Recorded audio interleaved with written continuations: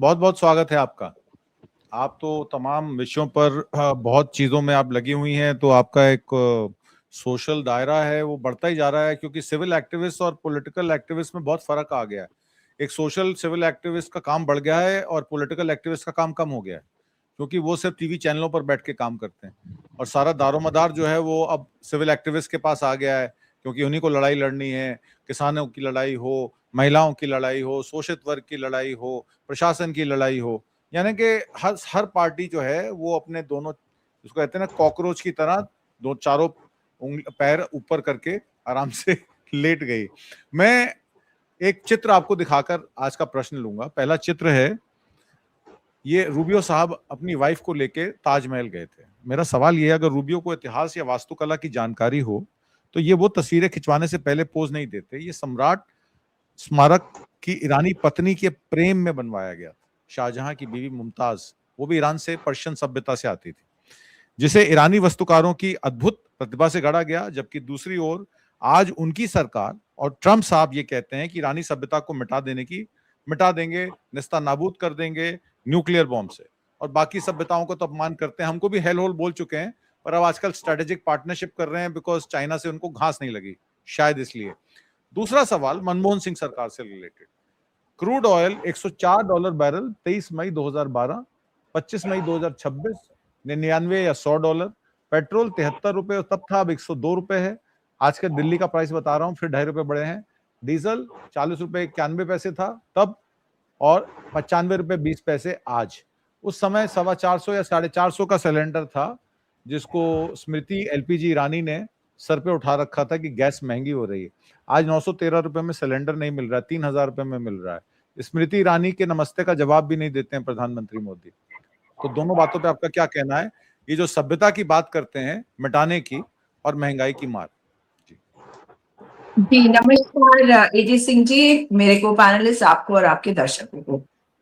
ये कितना विरोधाभास हो गया है आज, जब हम देख रहे हैं कि मार्को रूबियो जिस वक्त ईरान को डिमीन करा जा रहा है ट्रंप सरकार के द्वारा, ट्रंप के द्वारा, उनके पूरे इकोसिस्टम के द्वारा, उस समय जब ये जाते हैं ताजमहल। और बिल्कुल आपने जो बिल्कुल सही बात कही, मुझे ठीक से याद नहीं, मगर शायद अर्जुमन बानो उनका शायद नाम था पहले, बाद में मुमताज महल हुआ।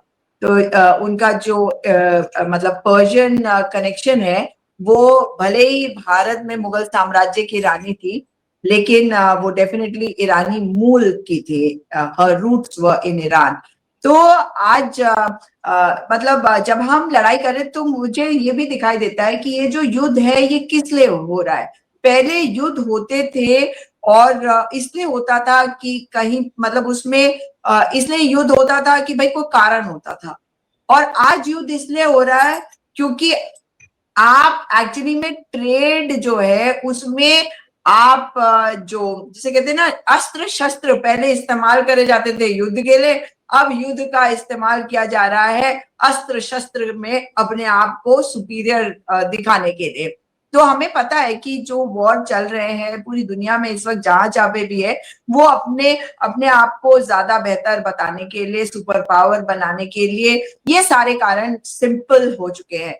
लेकिन ईरान के साथ अगर आप जिस तरीके से आपके साथ हो रहा है वो सबके सामने है, और इसी कारण से जो छटपटाहट है वो हम देख रहे हैं जब ट्रम्प साहब जाते हैं चाइना, और वहां पे उन्हें किस तरह का स्वागत मिलता है वो हम सबने देखा। और अगर शायद ट्रम्प के यहाँ जी जिनपिंग जाते ऐसे माहौल में, तो स्थितियां कुछ और होती।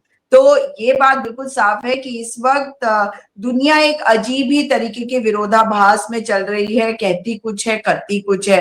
तो ये बात हमें समझने की जरूरत होगी कि हमने भारत को इसमें क्यों हिस्सेदारी दिलवाई, हमने भारत को इसमें क्यों मतलब इन्वॉल्व किया। हमारा जो रिश्ता था जिसके साथ था, वो रिश्ता अगर वहीं बना रहता तो वो शायद बेहतर रहता, लेकिन वो हमारी फॉरेन पॉलिसी में गड़बड़ जो हुई है उसके कारण हुआ है। लेकिन अगर हम बात करते हैं आज जो पेट्रोल डीजल के दाम है, उसमें भी हमारे साथ जो आज हो रहा है वो इसी कारण से हो रहा है, क्योंकि हमें पता ही नहीं कि क्या करना है, क्योंकि अगर क्रूड ऑयल के दाम कम हुए हैं, और अभी मैं देख रही थी कि निर्मला सीतारमण का एक बयान आया है जो बहुत ही बचकाना बयान है, अगर आप सुनेंगे उसको, तो वो कह रही हैं कि मतलब एक्साइज के ऊपर वो बता रही है कि क्यों उसे कम करने से देश के लिए दुविधा होगी, यानी कि आपके पास कोई विजन नहीं है। आप इनसे कोई पूछ ले कि जो आपने कमाया इतने साल में वो पैसा कहाँ गया, कम से कम आज वही पैसा ही इस्तेमाल करके लोगों को एक रिलीफ आप दे सकते थे, जो आपने नहीं किया। तो देश तो गर्द की तरफ जा रहा है, और मैं देख रही हूँ कि वो दूसरी वाली छटपटाहट में वो ईरानी मैडम को भी देखती हूँ कि वो आती हैं और तरह तरह के बयान आजकल दे रही हैं कि कांग्रेस पार्टी ने अपने संस्कार खो दिए। तुम तो अपनी चिंता करो, तुम्हारा तो आधार ही खत्म हो चुका, क्योंकि तुम्हारा आधार ही कभी नहीं था। और आज साफ है कि वो अपनी जगह बनाने के लिए मतलब मेहनत कर रही हैं कि किसी तरह कोई उन्हें नोटिस कर ले। तो भारतीय जनता पार्टी सरकार में जरूर है, मगर हम सब जानते हैं कि वो पूरे सिस्टम को कंट्रोल करके बैठी हुई है। और मुझे लगता है विपक्ष को भी ये बात समझनी पड़ेगी कि आपको नए तरीके इजाद करने पड़ेंगे ताकि लोग आपसे जुड़े और इनको इनकी जगह से हटाया जाए। और अगर नहीं करेंगे तो वो स्पेस जो है कोई और फिर से लेगा, और फिर केवल ये कह देना कि नहीं जी उन्होंने हमारी स्पेस ले ली, वो इससे स्पॉन्सर थे, वो काफी नहीं होगा। यही कहना चाहूंगी। जी जी जी जी, मैं प्रफुल्ल भाई आपके पास आता हूँ और आखिरी टिप्पणी आपसे लेता हूँ। ये सऊदी अरेबिया है, सऊदी अरेबिया भी इस समय न्यूट्रल पोजीशन पर आ गया है, क्योंकि अमेरिका के साथ वो खड़ा नहीं है। ये शुरुआत सारी सऊदी अरेबिया और ईरान की कॉन्फ्लिक्ट से शुरू हुई, और जब ये वॉर शुरू हुई 87 दिन पहले, तो ये माना जा रहा था कि सऊदी अरेबिया के कहने पर अमेरिका ने ईरान पर अटैक किया, चाहे उनकी अपनी भी रिक्वायरमेंट्स रही हों। अब सऊदी अरेबिया इसमें बिल्कुल चुप है, क्योंकि सऊदी अरेबिया की फुजैरा की जो ऑयल पाइपलाइन है उसको माफ कीजिएगा, यूएई की फुजैरा की ऑयल पाइपलाइन है, उनकी यनूब की पाइपलाइन है, वो ईरान के खिलाफ बोलेगा तो उसका जो थोड़ा बहुत तेल यूरोप में जा रहा है रेड सी के थ्रू, वो नहीं जा पाएगा, क्योंकि वहां पे हुतीज बैठे हुए हैं। दूसरी तरफ कई लोग ये भी कहते हैं कि देखिए ईरान ने अपने ऊपर ये कॉल किया क्योंकि उन्होंने प्रॉक्सीज खड़े किए, उन्होंने हुतीज को खड़ा किया, उन्होंने हिजबुल्लाह को खड़ा किया, उन्होंने हमास को खड़ा किया। तो टेररिस्ट ऑर्गेनाइजेशंस को वित्त पोषित करने के लिए ईरान को ये भुगतना पड़ रहा है। तो मेरे दोनों सवाल हैं आपसे, क्या आप ईरान को एक टेररिस्ट कहते हैं कि उसको वित्त पोषित करने वाला देश मानेंगे, जैसे हम पाकिस्तान को कहते हैं कि वहां पर ये जितने भी लश्कर तैयबा और तरीके की जो ये फियादीन्स हैं उनको प्रोड्यूस किया जाता है, वहां पर उनको ट्रेनिंग दी जाती है। क्या ईरान पर भी ये इल्जाम चिपकता है कि ईरान भी एक टेररिस्ट कंट्री है जिसके ऊपर अमेरिका ने अटैक किया? और सऊदी अरेबिया और यूएई इसमें सबसे ज्यादा अफेक्टेड हैं, क्योंकि स्ट्रेट ऑफ हॉर्मुज को वो यूज नहीं कर पाएंगे, और यनूब पाइपलाइन चाहे सऊदी अरेबिया की हो या यूएई की फुजैरा हो, उससे काम चलेगा नहीं, क्योंकि रोड और रेल के जरिए आप बहुत सारा तेल ट्रांसफर नहीं कर सकते। और तेल के कुओं का जो इकोनॉमिक्स होता है वो ये होता है कि अगर आप कुओं से तेल लगातार नहीं निकालेंगे तो कुएं सूख जाएंगे। तो एक वैश्विक व्यवस्था जो खराब हो चुकी है, उसके लिए अब क्या करना चाहिए, क्या होना चाहिए? जी अनम्यूट कर लेता हूं, मैं कर देता हूं जी। वैश्विक व्यवस्था जो खराब हुई है सर, तो उसके लिए तो पूरी दुनिया को सोचना होगा। लेकिन एक बात जरूर है कि इन्होंने वैश्विक व्यवस्था को उथल पुथल करके रख दिया। आज से 20 साल पहले हम लोग टेररिज्म पर बहुत बात करते थे, पूरी दुनिया बात करती थी, अब नहीं करती है, क्योंकि जो साम्राज्यवादी विकास की वक्रताएं हैं ना, उसी से आतंकवाद निकलता है। मैंने बहुत पहले लेख लिखा था, शीर्षक यही था, याद आ गया। बहरहाल आप जो कह रहे हैं कि ईरान क्या एक आतंकवादी देश है, बिल्कुल नहीं।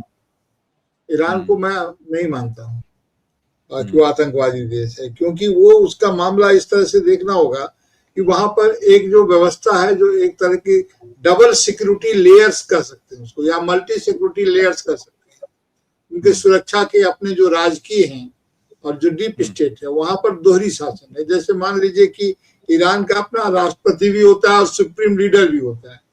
तो सुप्रीम लीडर जहां आकर के कमांड में आता है, जहां पर ज्वाइंट होता है, जैसे IRGC है, तो IRGC और जो मिलिट्री शासन है उनका अपना संगठित स्टेट का है, दोनों के जो संबंध और स्वरूप पर बात करनी होगी। और हमास और ये सब जो आपने जिनकी चर्चा की इधर हुती की और हिजबुल्लाह आदि की, तो ये अलग अलग देशों में जो काम राष्ट्र सीधे नहीं कर सकते हैं, उस काम को नॉन स्टेट एक्टर के रूप में ये जरूर इनको ये किया गया, इनकी फंडिंग भी होती है, लेकिन इनका कैरेक्टर उस तरह से टेररिस्ट वाला नहीं है, क्योंकि टेररिज्म को एक वेल डिफाइंड इसको नहीं किया गया है। उसका अपना कारण है, उसका अपना कारण है कि इसको विकसित किया गया था एशिया को डिस्टर्ब करने के लिए।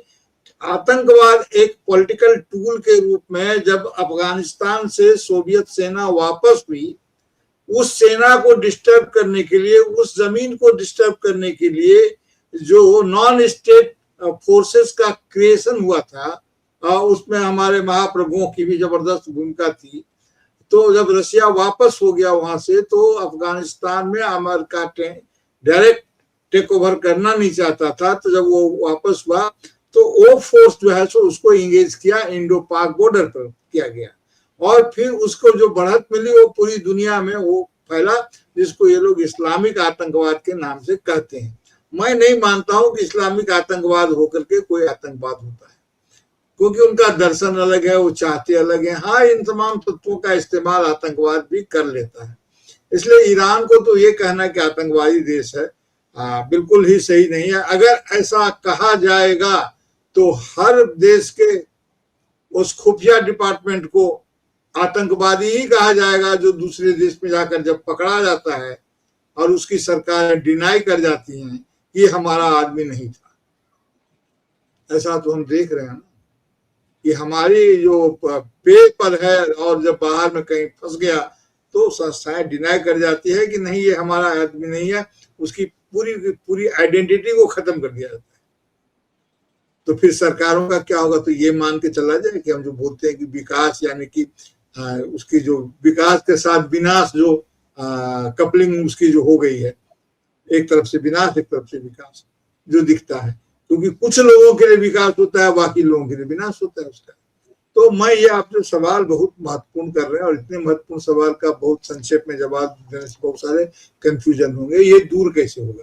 क्योंकि आपने तेल के कुएं की बात कही कि जो कोई भी प्रोडक्शन होता है, जब उसका एक फ्लो होता है, उस फ्लो को जो है स्वाभाविक एक्सेलरेशन को जब डिस्टर्ब कर दिया जाता है, एक क्रिपिंग रेंज में अगर उसको नहीं रखा जाता है, तो जाहिर है कि उसका मोमेंटम खत्म होगा, उसकी बहुत सारी चीजें दूसरी तरफ भाग जाती है, क्योंकि वो जो वहां भीतर के दबाव से बाहर निकलता है। तो भीतर का दबाव को अगर आप दबाएंगे तो दूसरा रास्ता खोज करके वो भटक जाती है चीजें। तो ये बात तो सही है कि उनको कैसे किया जाए, ये कुल का मिला करके जो इसने किया है, ये सऊदी को अब समझ में आ रहा है, यूएई को अब समझ में आ रहा है, यूएई को अब समझ में आ रहा है कि ईरान के साथ उनकी दुश्मनी खतरनाक हो सकती है। ओपेक से तो बाहर निकल गए वो, और उन पर जो प्रोडक्शन का, उत्पादन का दबाव था, वो किसी ने उसको डिस्टर्ब नहीं किया। अब वो माल बेचेंगे तो माल निकालेंगे, उत्पादन करेंगे तो बेचेंगे तो रास्ता चाहिए। तो अब वो ईरान से क्यों खतरा मोल रहे हैं? तो कहना चाहिए ये कि यूएई ने अधिक समझदारी से अमेरिका का इस्तेमाल करते हुए अपना फायदा निकाल लिया। तो यहाँ कौन किसको ठग रहा है, ये और सभी जगह हम ठगे जा रहे हैं, सभी जगह हम ठगे जा रहे हैं। तो यूएई तो बड़ा इसमें एक बड़ी बात ये भी है कि जिस तरीके का attack, coordinated attack West Asia पर 30 कमांड्स ने किया ईरान की, अब कोई फॉरेन इन्वेस्टमेंट आएगी नहीं।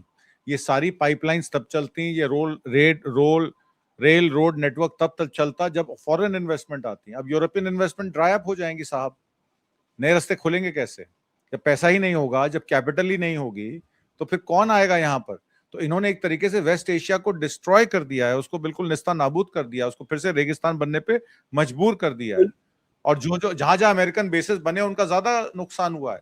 आज बहरीन, कतर का सबसे बड़ा नुकसान है, ओमान का सबसे बड़ा नुकसान है। ओमान तो फिर भी बच जाएगा, क्योंकि वो स्ट्रेट ऑफ हॉर्मुज पे कहा आज उनके फॉरेन मिनिस्टर ने कि हम तो एनवायरमेंट टैक्स ले रहे हैं, सेस ले रहे हैं, हम टोल नहीं ले रहे, हम एनवायरमेंट सेस ले रहे हैं, क्योंकि हमें एनवायरमेंट को मेंटेन करना है। ये तो बॉम्ब करके चले जाते हैं, हमको संभालना पड़ता है बाद में सिचुएशन। तो उन्होंने पलट दिया मामला। तो एक विश्व की ताकत कैसे कमजोर होती है, और उसके कमजोर होते ही छोटे छोटे कंट्रीज अपनी सभ्यता के अनुसार किस तरीके से उनको उन्हीं के लॉजिक में डिफीट करते हैं, ये ईरान से सीखना चाहिए। बिल्कुल बिल्कुल। और ये तो एक क्लब है ना, वो जो एक क्लब, उस क्लब को समझने के लिए बाहर के लोग जाते हैं। असल में लड़ाई आजादी के आंदोलन के साथ एक भूला हुआ टर्म है सेल्फ डिटर्मिनेशन। जो सेल्फ आत्मनिर्णय का अधिकार जो है, ये आत्म छोटा बड़ा होता ही रहता है, ये आत्म की परिभाषाएं बदलती रहती है, उससे होता है। तो हर कौम में ये बात शुरू कर दी गई है। हमारे भारत की स्थिति सबसे दयनीय है, पॉलिटिकली भी, स्ट्रेटेजिकली भी और इकोनॉमिकली भी।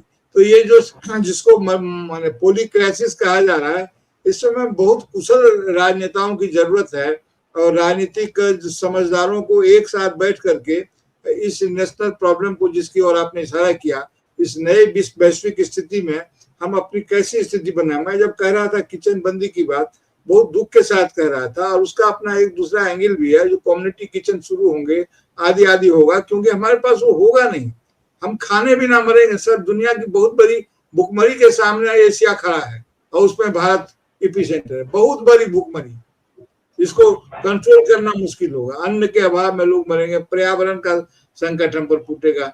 मैं बहुत डरा हुआ हूँ इसको लेकर के, कितने गर्मी से लोग मर रहे हैं। जी जी, एक दर्शक कह रहे हैं कि हमारी हालत जो है वो मीना कुमारी जैसी हो गई है।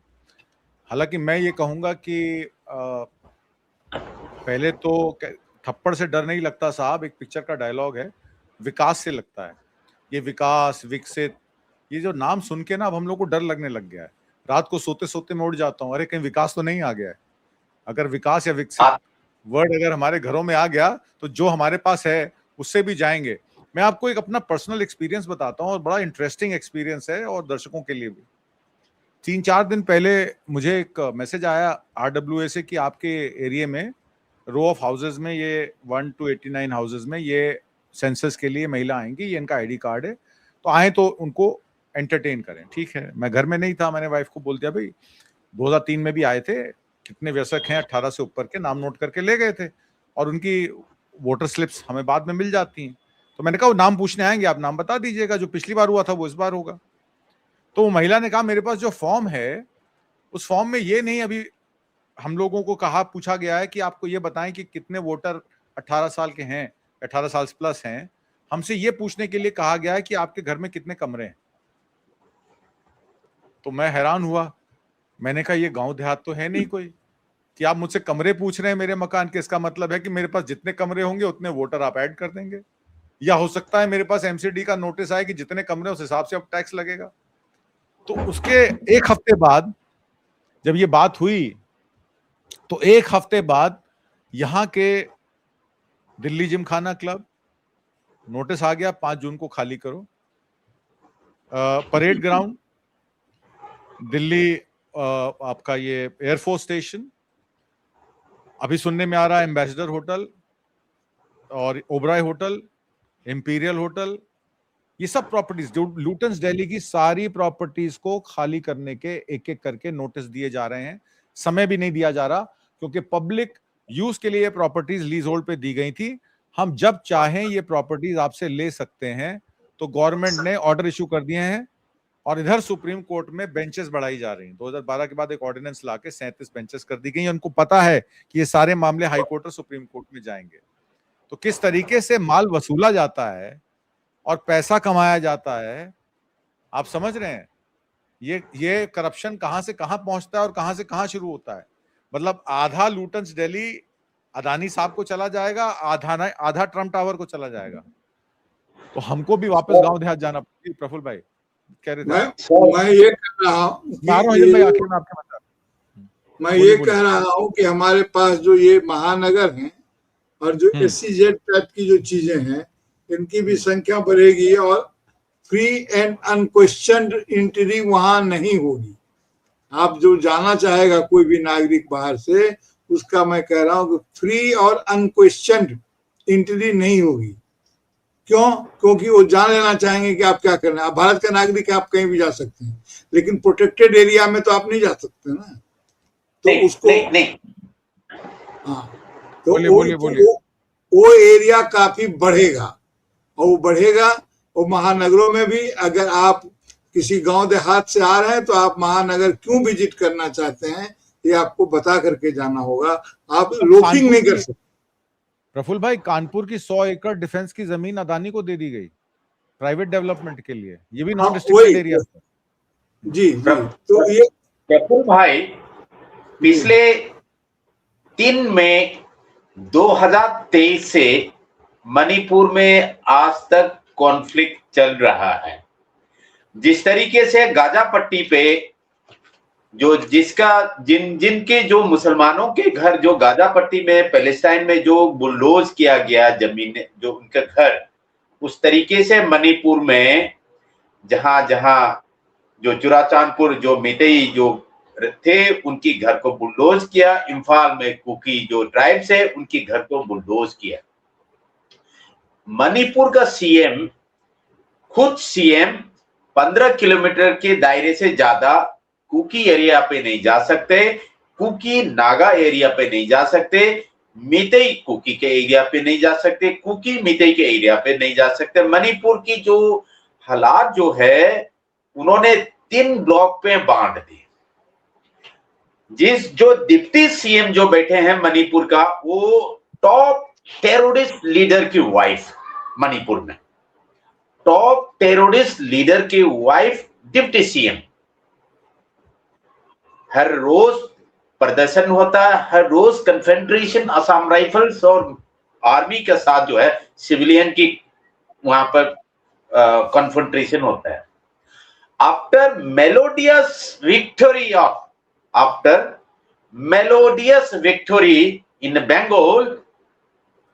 बंगाल का चीफ मिनिस्टर शुवेंदु जी कहते हैं कि हमने जो फॉरेनर जो डिटेक्ट हुए हैं, जो घुसपैठियां जो है, उनके लिए कंसंट्रेशन सेंटर, डिटेंशन सेंटर बनाना शुरू कर दिया है।